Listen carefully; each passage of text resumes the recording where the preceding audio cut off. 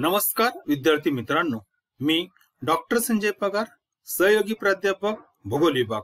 विद्यार्थी मित्रांनो, मराठा विद्या प्रसारक समाजाचे कॅरेट आर्ट्स, बीएच कॉमर्स आणि M science, popularly known as KTHM college Nashik यातर्फे मी आपल्या सर्वांचं या ऑनलाईन लेक्चर मध्ये सहर्ष स्वागत करतो. विद्यार्थी मित्रांनो, आपण SYBA या वर्गातील सेमिस्टर 3 चा जो पेपर आहे, कंपल्सरी पेपर आहे, a course in environment awareness म्हणजेच पर्यावरण जाणीव जागृती या विषयाचं प्रकरण क्रमांक 2 जे आहे नैसर्गिक साधन संपदा यावर चर्चा करत आहोत. विद्यार्थी मित्रांनो, आज या विषयाचं माझं हे व्याख्यान क्रमांक 8 आहे.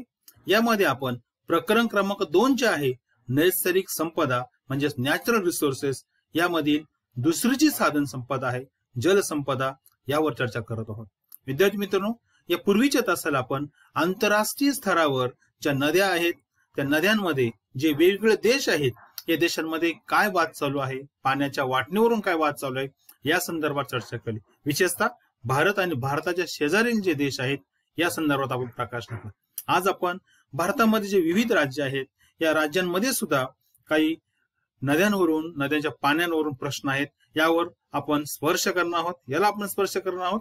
यामध्ये विशेषतः ज्या नद्या आहेत त्यामध्ये कृष्णा नदी असेल, कावेरी नदी असेल, त्या ठिकाणी गोदावरी नदी असेल, या नद्यांमधील विशेषतः प्रश्नावर आपण चर्चा करणार आहोत. विद्यार्थी मित्रांनो, परत मी एकदा आपल्याला सांगू इच्छितो की कोणताही वाद घेतला तर त्यावर सविस्तर चर्चा करण्यासाठी आपल्याला भरपूर वेळ लागेल, किंबहुदा 1-1 तास लागेल. आणि या नद्यांच्या पाण्याच्या संदर्भात जे वाद आहेत, भारतामधील जे राज्य आहेत यामध्ये वाद आहेत. आणि यामध्ये विद्यार्थी मित्रांनो, हे वाद अनेक वर्षापासून चालू आहे. आणि त्याच्यामध्ये काही गोष्टी ज्या आहेत, काही वाद न्यायालयीन कक्षेत आहे, काही वाद हे राजकीय पातळीवर, शासकीय पातळीवर त्याच्या चर्चा चालू असतात. त्यामुळे या वादांसंदर्भामध्ये जी आकडेवारी आहे किंवा जी माहिती आहे ती सतत अपडेट होत असते. म्हणून आपण या तासाला फक्त आपण त्या वादाचं स्वरूप समजून घेण्याचा प्रयत्न करतो.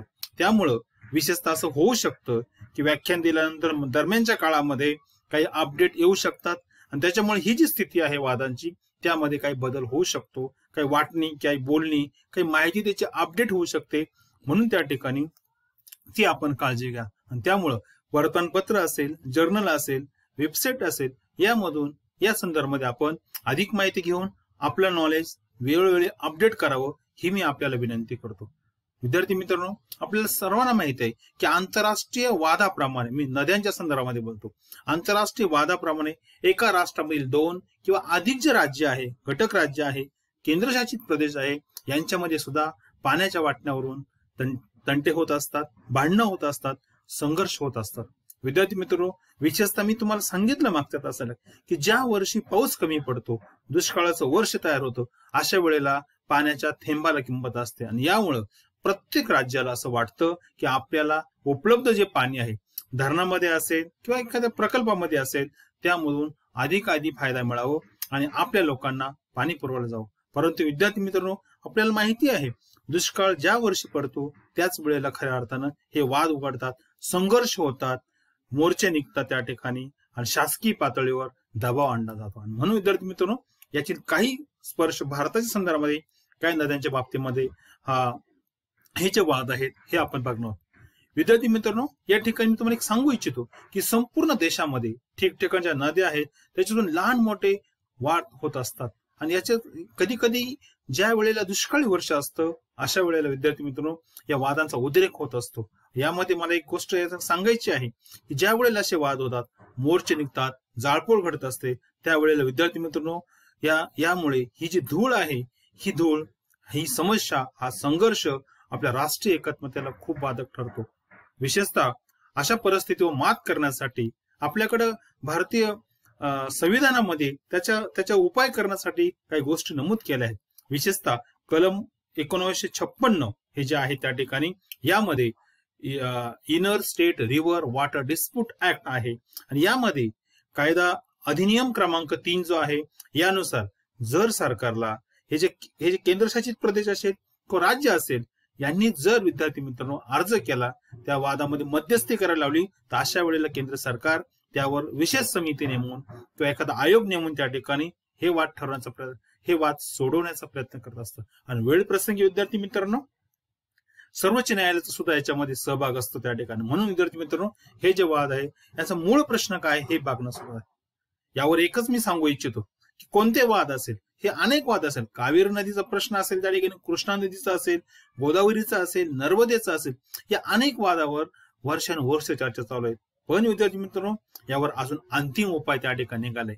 म्हणून मला इथं सांगायचं आहे की जोपर्यंत लोक साक्षर होत नाही, जलसाक्षरता लोकांमध्ये वाढत नाही, तोपर्यंत विद्यार्थी मित्रांनो हे वाद चालूच राहतील त्या ठिकाणी.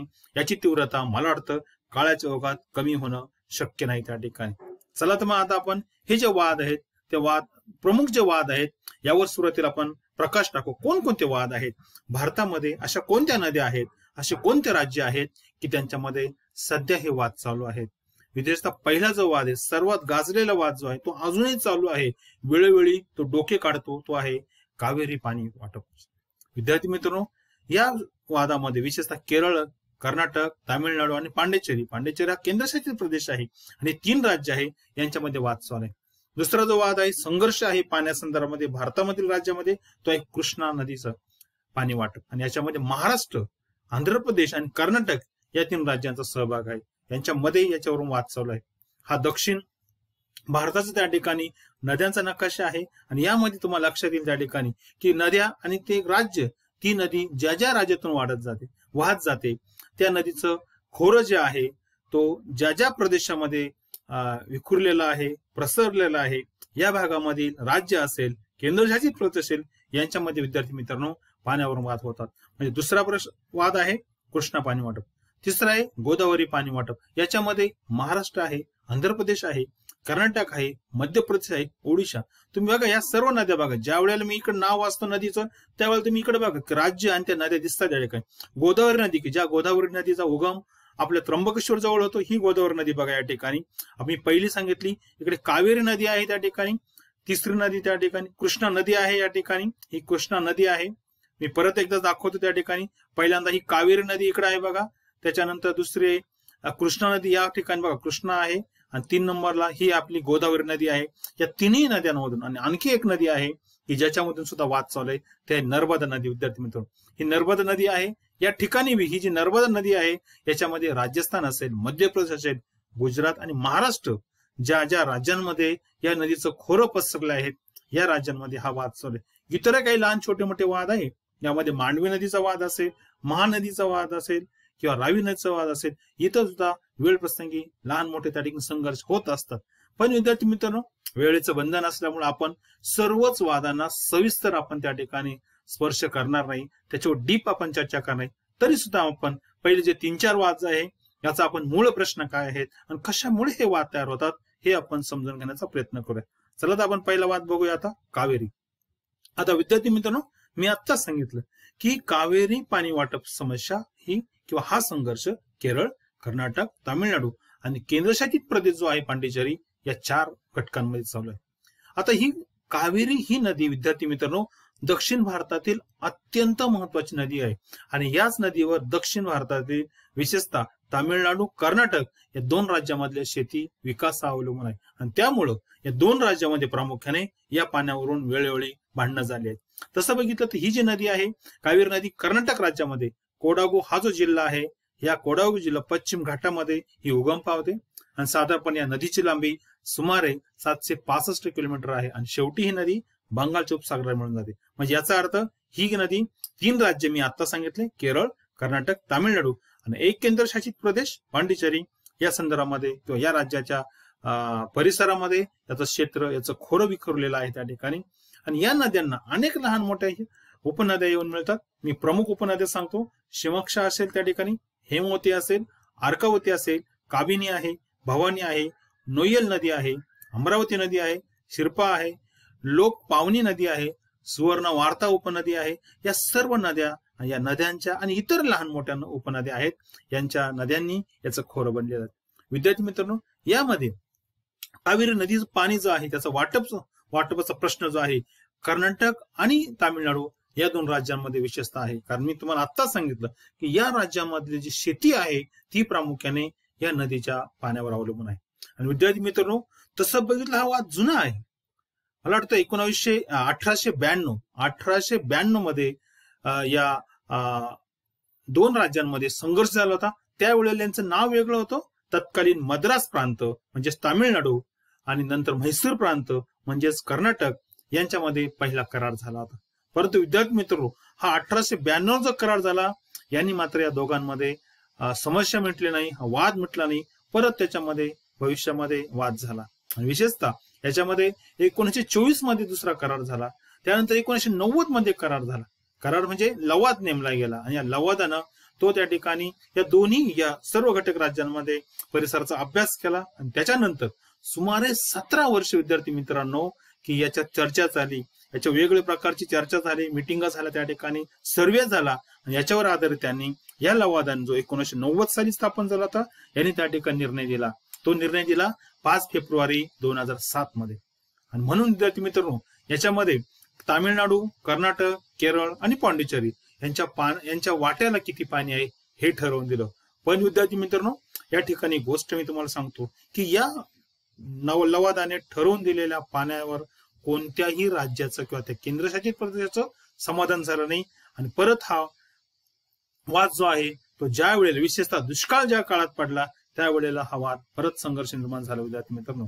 आता याच्यामध्ये 2007 मध्ये म्हणजे 5 फेब्रुवारी 2007 ला जो निर्णय दिला होता या निर्णयानुसार प्रत्येक राज्याला म्हणजे टीएमसी मध्ये पाणी दिलं होतं ते या ठिकाणी दिलं. विद्यार्थी मित्रांनो या ठिकाणी कंसामध्ये लाल रंगाने जे अक्षर दिलं आहे, अक्षरात जी आकडेवारी दिली आहे ती म्हणजे त्या राज्यानं मागणी केलेलं पाणी आहे. आता बघा या लवादानुसार कर्नाटकाला 282 टीएमसी पाणी दिलं होतं, पण यांची अपेक्षा काय होती 465 टीएमसी पाणी मिळावं त्या ठिकाणी. तामिळनाडूला दिलं होतं या लवादानं पाणी 479 टीएमसी, पण यांना किती पाहिजे होतं 566 टीएमसी. पांडिचेरी या घटक राज्याला दिलं, केंद्रशासित प्रदेशाला दिलं होतं 7 टीएमसी, यांची अपेक्षा किती होती 9.3 टीएमसी. तर केरळाला दिलं होतं 30 टीएमसी आणि त्यांची अपेक्षा किती होती विद्यार्थी मित्रांनो 99.8 टीएमसी.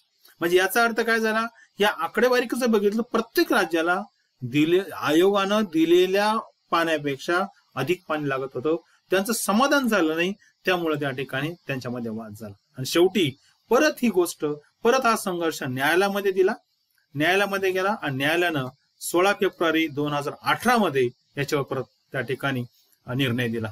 त्यानंतर विद्यार्थी मित्रांनो नंतरच्या काळामध्ये सुद्धा 2 त्या ठिकाणी आयोग नेमले गेले. या आयोगामध्ये सुद्धा त्या ठिकाणी यांना पाणी दिलं गेलं. आता विशेषतः हा जो निर्णय दिला 16 फेब्रुवारी 2018 ला, यामध्ये कर्नाटकला सर्वोच्च न्यायालयाच्या सांगण्याप्रमाणे 284.75 टीएमसी इतकं पाणी द्यावं, तामिळनाडूला 404.25 टीएमसी इतकं पाणी द्यावं, केरळाला 30 टीएमसी पाणी द्यावं आणि पांडिचेरीला 7 टीएमसी पाणी द्यावं. पण विद्यार्थी मित्रांनो परत तेच झालं की याच्यावर सुद्धा या 4ही घटकांचा हे 3 घटक राज्य आणि 1 केंद्रशासित प्रदेश यांचा त्या ठिकाणी निर्णय झाला. नंतरच्या काळामध्ये विद्यार्थी मित्रांनो की याच्यामध्ये तो जो प्रश्न आहे तो तसाच त्या ठिकाणी राहिला. आणि आजही विशेषतः ज्या वेळेला विद्यार्थी मित्रांनो या ठिकाणी मी सांगतो त्या ठिकाणी की ज्या वेळेला परत दुष्काळ पडतो, पाण्याची टंचाई निर्माण होते, त्यावेळेला विद्यार्थी मित्रांनो हा जो आहे प्रश्न परत उपळून राहतो. म्हणजे अजूनही याला 100% उपाय त्याला मिळाला नाही, म्हणून हा एक प्रश्न आहे. यानंतर दुसरा जो प्रश्न आहे महाराष्ट्रातील किंवा भारतातील त्या ठिकाणी विशेषतः कृष्णा पाणी वाटप. याच्यामध्ये 3 घटक राज्य आहे विद्यार्थी मित्रांनो, महाराष्ट्र, आंध्र प्रदेश आणि कर्नाटक. आता कृष्णा ही सुद्धा दक्षिण भारतातली वाहणारी प्रमुख नदी आहे विद्यार्थी मित्रांनो. आणि ही नदी महाराष्ट्रामध्ये महाबळेश्वर यातून उगम पावते आणि सुमारे 1300 किलोमीटर अंतर पार करून आंध्र प्रदेशातील राजमहिंद्री जो भाग आहे या ठिकाणी बंगालच्या उपसागराला मिळते विद्यार्थी मित्रांनो. या 3ही घटक राज्यामधून ही वाहते. या नदीला अनेक उपनद्या येऊन मिळतात. यातील प्रमुख उपनद्या कोणत्या आहे, कुडाळी, कोयना, वारणा, पंचगंगा, तुंगभद्रा, घटप्रभा इत्यादी उपनद्या आहेत. आणि या नद्यांवर या नद्या आणि उपनद्या ज्या आहेत, कृष्णा नदी आहेत, या खोऱ्यामध्ये धोम, आलमट्टी, श्रीशैलम, नागार्जुन सागर ही प्रमुख धरणं बांधले आहेत. आणि या धरणामध्ये जो पाण्याचा साठा आहे विद्यार्थी मित्रांनो यावरून विशेषतः या घटक राज्यांमध्ये वाद होत असतो. विद्यार्थी मित्रांनो या ठिकाणी की ही जी समस्या आहे ही समस्या निर्माण झाली त्यावेळेला 1956च्या तरतुदीनुसार कृष्णा व गोदावरी नद्यांच्या संदर्भातील पात्र जे आहेत याच्या वापराबद्दल जो विवाद जे त्या ठिकाणी जो विवाद झालेला आहे याचा निवारा करण्यासाठी भारत सरकारने 10 एप्रिल 1969 मध्ये एक सामान्य नागरीकरण स्थापन केलं, न्यायाधिकरण स्थापन केलं आणि याने त्या ठिकाणी पुढे निर्णय दिला. विद्यार्थी मित्रांनो, या ठिकाणी जो निर्णय दिला, आता 2 आयोग नेमले होते. आता पहिला जो आयोग होता कृष्णा पाणी वाटपासंदर्भामध्ये न्यायमूर्ती बच्चावत आयोग होता. यांनी 1976 ते 2000 या काळामध्ये पाण्याची वाटणी करून दिली होती. पण मी तुम्हाला सांगितलं की याच्यामध्ये काही त्या लोकांचं किंवा त्या घटक राज्यांचं समाधान झालं नाही. आता हा जो निवाडा दिला होता न्यायमूर्ती बच्चावत आयोगाने, यांनी बघा आंध्र प्रदेशाला दिलं होतं 811 अब्ज घनफूट पाणी दिलं होतं, कर्नाटकला दिलं होतं 734 अब्ज घनफूट पाणी दिलं होतं, तर महाराष्ट्राला त्या ठिकाणी 585 अब्ज घनफूट पाणी दिलं होतं. नंतरच्या काळामध्ये न्यायमूर्ती ब्रिजेश कुमार आयोग जो आहे यांनी जी पाणी वाटणी सांगितली ती अशी होती, आंध्र प्रदेशसाठी होती 1001 अब्ज घनफूट होते, कर्नाटकमध्ये होते, कर्नाटकसाठी दिली होती त्यांनी 911 अब्ज घनफूट, तर महाराष्ट्रासाठी दिलं होतं त्यांनी 666 अब्ज घनफूट. बघा विद्यार्थी मित्रांनो, 2011 ते 50 म्हणजे सध्या या आयोगानुसार त्या ठिकाणी मागणी चालू, पण तरी सुद्धा विद्यार्थी मित्रांनो हे सर्व आयोगाने पाणी वाटून दिलंय. परंतु परत मी तेच सांगतो की ज्या वेळेला दुष्काळ पडतो, या नदी खोऱ्यामध्ये या धरणामध्ये पाण्याचा साठा कमी होतो, त्यावेळेला विद्यार्थी मित्रांनो परत त्या ठिकाणी हे जरी आयोगाने सांगितलं असेल तरी मात्र त्यामध्ये प्रत्येक राज्य अधिकाधिक पाणी मिळण्यासाठी प्रयत्न करतं, याच्यातून संघर्ष होत असतात. म्हणून हा सुद्धा प्रश्न त्या ठिकाणी विद्यार्थी मित्रांनो 100% सुटलेला नाही त्या ठिकाणी. याच्यानंतर तिसरा जो वाद आहे विशेषतः गोदावरी पाणी वाटप समस्या, याच्यामध्ये महाराष्ट्र आहे, आंध्र प्रदेश आहे, कर्नाटक, मध्य प्रदेश आणि ओडिशा ही 5 घटक राज्य यामध्ये समाविष्ट झालेले आहेत. विद्यार्थी मित्रांनो, आपल्याला माहिती आहे गोदावरी नदी अत्यंत पवित्र नदी मानली जाते. दक्षिणेमधली गंगा तिला म्हटलं जातं आणि या गोदावरी नदीची लांबी सुमारे 1450 किलोमीटर आहे. आणि आपल्याला माहिती आहे या नदीचा उगम आपल्या नाशिक जिल्ह्यातील त्र्यंबकेश्वर या ठिकाणी ब्रह्मगिरीच्या पर्वतावर होतो आणि ही नदी महाराष्ट्रामध्ये त्या ठिकाणी महत्वाची मानली जाते. आणि नंतर ती महाराष्ट्रातून आग्नेय दिशेला जाऊन राजमहेंद्र जवळ बंगालच्या उपसागराला जाऊन मिळते, पण ही सुद्धा नदी अत्यंत महत्वाची मानली जाते. विद्यार्थी मित्रांनो, या नदीला अनेक उपनद्या आहेत. आपल्याला माहिती आहे दारणा असेल, प्रवरा असेल, वैनगंगा असेल, पैनगंगा असेल, मांजरा, कादवा यासारख्या अनेक उपनद्या आहेत. या नदीला येऊन मिळतात आणि गोदावरीचं खोरं अत्यंत महत्वाचं आहे. आणि या नद्यामध्ये या नद्या असेल, उपनद्या असेल, यावर सुद्धा अनेक धरणं बांधलेले गेले आहेत. आणि परत या धरणांमध्ये जे उपलब्ध पाणी आहे याच्या वाटणीवर विद्यार्थी मित्रांनो या राज्यांमध्ये वाद होत असतो त्या ठिकाणी. याच्यामध्ये एक महत्वाची गोष्ट आहे विद्यार्थी मित्रांनो की हा सुद्धा वाद जुना आहे की 27 जुलै 1951 मध्ये तत्कालीन म्हणजे आपल्याला माहिती आहे की भाषावर प्रांतरचना होऊन नंतर त्या ठिकाणी राज्याची निर्मिती झाली, महाराष्ट्र असेल 1960 मध्ये. पण त्यापूर्वीचा हा प्रश्न आहे की त्या काळामध्ये मुंबई राज्य होतं, हैदराबाद राज्य होतं, मद्रास राज्य होतं, प्रदेश हे जे राज्य होते त्या तत्कालीन यांच्यामध्ये त्या ठिकाणी यांच्या पाण्याच्या वाटणी संदर्भामध्ये विद्यार्थी मित्रांनो गोदावरी नदीचं पात्र ज्या ज्या प्रदेशामध्ये ज्या ज्या राज्यांमध्ये पसरले आहेत या सर्व राज्यांची त्या काळामध्ये त्या ठिकाणी मीटिंग झाली होती. आणि या मीटिंगमध्ये या नियोजन आयोगाच्या मीटिंगमध्ये यामध्ये पाण्याचा वापर कोणी किती करावा याचा अंतिम निर्णय देण्याचा प्रयत्न केला. परंतु विद्यार्थी मित्रांनो याच्यामधून कोणत्याही प्रकारचं किंवा आपण म्हणूया त्या ठिकाणी अंतिम असा त्या ठिकाणी निर्णय झाला नाही आणि त्याच्यामुळं ही जी समस्या आहे परत त्या ठिकाणी तयार झाली विद्यार्थी मित्रांनो. नंतरच्या काळामध्ये या करारामध्ये असं म्हटलं होतं त्यावेळेला जे पाणी वाटून दिलं की दर 25 वर्षाने याचा आढावा घ्यावा. म्हणजेच 1951चा जर विचार केला तर त्यानंतर 1976 मध्ये या पाण्याचा त्या ठिकाणी परत आढावा घेतला आणि त्याची फेरवाटणी करण्यात आली विद्यार्थी मित्रांनो. आणि या फेरवाटणीनुसार महाराष्ट्राच्या वाट्याला म्हणजे महाराष्ट्राकरता जे गोदावरी खोरं आहेत त्याच्यामधल्या 1798 टीएमसी पाणी उपलब्ध आहे. आणि म्हणून यापैकी 75% म्हणजेच 1318 टीएमसी भरोशाचं पाणी या निवाड्यानुसार महाराष्ट्राला दिलं गेलं. आणि म्हणून त्या ठिकाणी महाराष्ट्राच्या वाट्याला किंवा जास्तीत जास्त या आयोगाच्या निवाड्यानुसार महाराष्ट्राला 1097 टीएमसी पाणी उपलब्ध होणार आहे. ही एक महत्वाची बाब आहे. यानंतर आंध्र प्रदेशाला यामध्ये 1480 टीएमसी पाणी या गोदावरी खोऱ्यातून मिळणार आहे, असं प्रत्येकाला वाटून देण्यात आलं. पण तरी सुद्धा विद्यार्थी मित्र, हा सुद्धा प्रश्न पूर्णपणे सुटलेला नाही. आणि मी परत एकदा रिपीट करतो की ज्या वेळेला दुष्काळाची तीव्रता वाढते त्यावेळेला पुन्हा या प्रश्नावरून संघर्ष होतात. गोदावरीची जी राज्य आहेत त्या राज्यांचा संघर्ष होत असतो. म्हणून ही एक समस्या, ही सुद्धा 100% सुटलेली नाही त्या ठिकाणी. विद्यार्थी मित्रांनो, त्याचं नर्मदा पाणी वाटप आहे. नर्मदा ही सुद्धा महत्वाची नदी आहे. विशेषतः भारतातील पश्चिम वाहिनी प्रमुख नदी मानली जाते. ही नदी प्रामुख्याने हिचं जे खोरं जे आहे राजस्थान, मध्य प्रदेश, गुजरात आणि महाराष्ट्र या राज्यांमध्ये पसरलेलं आहे विद्यार्थी मित्रांनो. आणि याच्यामध्ये ह्या नदीचा सर्वात जास्त पात्र जे आहे तिचं प्रवाह आहे तो मध्य प्रदेशात आहे, तो आहे 1078 किलोमीटर. महाराष्ट्रामध्ये 74 किलोमीटर आहे आणि गुजरातमध्ये 160 त्या ठिकाणी किलोमीटर आहे. आणि या राज्यांमधून ही नदी वाहते आणि त्यामुळं या नदीच्या पाण्यावरून त्या ठिकाणी प्रश्न तयार झाले आहेत. विद्यार्थी मित्रांनो, या नदीचं त्या ठिकाणी पाणलोट क्षेत्र आहे ते आहे 98,796 चौरस किलोमीटर आहे. आणि या नदीचा 96% भाग मध्य प्रदेशात आहे, 12% भाग गुजरातमध्ये आहे आणि महाराष्ट्रामध्ये फक्त 2% भाग विशेषतः नंदुरबार जिल्ह्यामध्ये आहे विद्यार्थी मित्रांनो. आणि याला ज्या उपनद्या येऊन मिळतात त्या अनेक उपनद्या आहेत. त्या उद्यांचं खोरं मात्र राजस्थान, मध्य प्रदेश, गुजरात, महाराष्ट्र यामध्ये वसरलं आहे. आता विद्यार्थी मित्रांनो, की याचा सुद्धा त्या ठिकाणी आणि सर्वात एक महत्वाची गोष्ट सांगतो की या नदीला, नर्मदा या नदीला तब्बल 41 उपनद्या येऊन मिळतात आणि त्यामुळे या नदीचं खोरं प्रचंड विस्तृत त्या ठिकाणी आहे. विद्यार्थी मित्रांनो, या ठिकाणी की जो एक जलविवाद अधिनियम आहे 1956 यानुसार नर्मदा पाण्याचं वाटप करण्यासाठी, नर्मदा नदीच्या खोऱ्यातील पाण्याचा विकास करण्यासाठी त्या ठिकाणी केंद्र सरकारने ऑक्टोबर 1969 मध्ये नर्मदा जल विवाद न्यायाधिकरणची स्थापना केली होती. आणि या न्यायाधिकरणाने त्या ठिकाणी नर्मदा पाण्याचं वाटप केलं. विद्यार्थी मित्रांनो, याच्यामध्ये विशेषतः हा सुद्धा मोठा वाद आहे.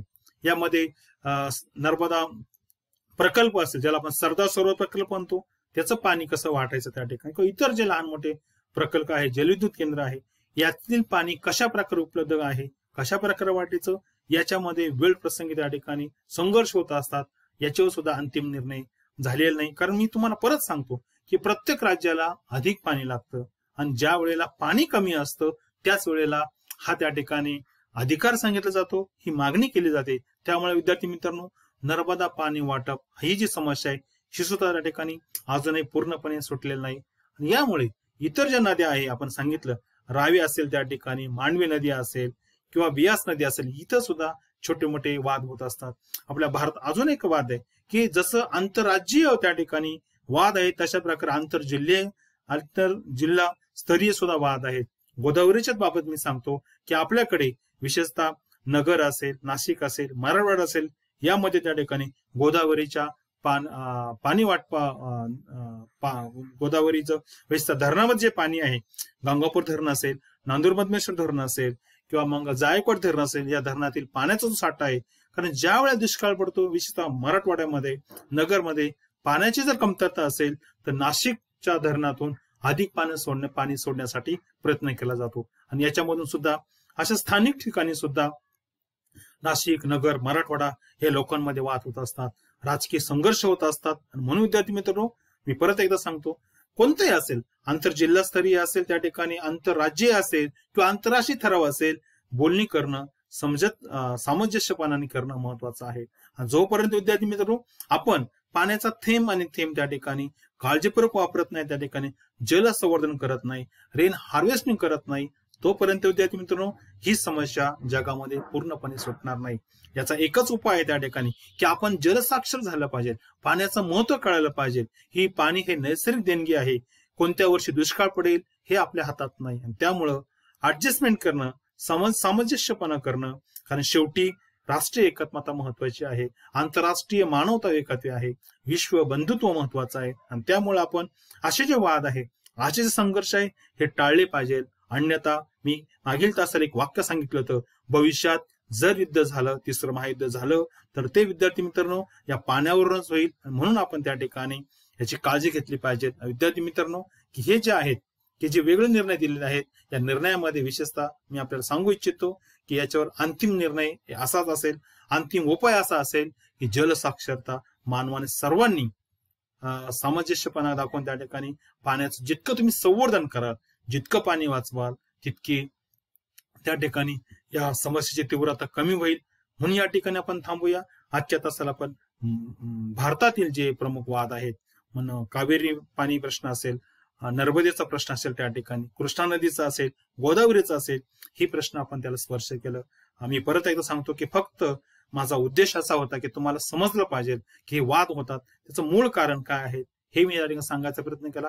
पुढच्या तासाला आपण जलसाक्षरता म्हणजे जलसंवर्धन हा जो घटक आहे यावर चर्चा करूया. तोपर्यंत मी थांबतो. धन्यवाद.